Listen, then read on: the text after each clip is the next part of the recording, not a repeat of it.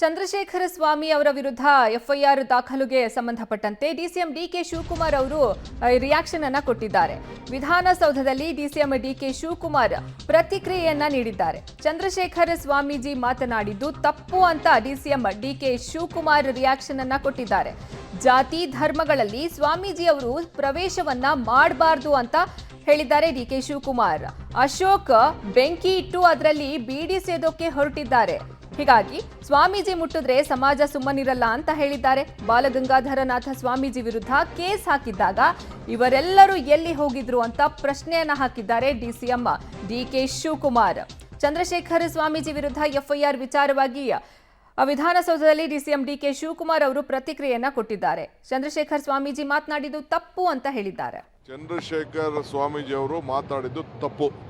ನಾನು ಇದರಲ್ಲಿ ಯಾವ ದಾಕ್ಷಿಣ್ಯನೂ ಇಲ್ಲ. ಜಾತಿಗಳು ಧರ್ಮಗಳು ಇದಕ್ಕೆಲ್ಲ ಪ್ರವೇಶ ಮಾಡಬಾರ್ದು, ಸಂವಿಧಾನದ ಹಕ್ಕು. ಅವರು ಕ್ಷಮಾಪಣೆ ಕೇಳಿದ್ದಾರೆ, ಇದು ನನಗೆ ಭಾಳ ಸಂತೋಷ. ಅವ್ರು ಅರ್ಥಕೊಂಡು ತಪ್ಪು ಅಂತ ಕೇಳಿದೆ.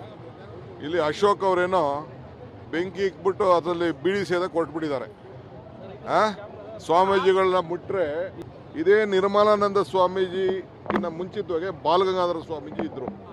ಬಾಲಗಂಗಾಧರ ಸ್ವಾಮೀಜಿ ಮೇಲೆ ಕೇಸ್ ರಿಜಿಸ್ಟರ್ ಆದಾಗ, ಅವರು ಬೇಲ್ ತಗೊಳ್ಳುವಂಥ ಪರಿಸ್ಥಿತಿ ಬಂದಾಗ, 16 ವರ್ಷ ಕೇಸ್ ನಡೆದಾಗ, ಇದೇ ಚೆನ್ನಗಪ್ಪನವ್ರ ಕೈಲಿ ಎಫ್ಐಆರ್ ಹಾಕ್ಸಿಸಿದಾಗ ಅಶೋಕಣ್ಣ ಎಲ್ಲಿಗೆ ಹೋಗಿದ್ದ, ಬೇರೆಯವರಲ್ಲಿ ಎಲ್ಲಿಗೆ ಹೋಗಿದ್ರು? ಕಾನೂನು ಎಲ್ಲರಿಗೂ ಒಂದೇ. ಅದನ್ನು ಅವತ್ತು ಬಾಲಗಂಗಾಧರ ಸ್ವಾಮೀಜಿಯವರು ತಪ್ಪೇನು ಮಾಡಿರಲಿಲ್ಲ.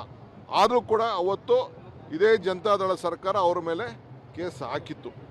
ಇದು ದಾಖಲೆ. ಯಾರು ಇದನ್ನು ಬದಲಾವಣೆ ಮಾಡಲಿಕ್ಕೆ ಸಾಧ್ಯ ಇಲ್ಲ.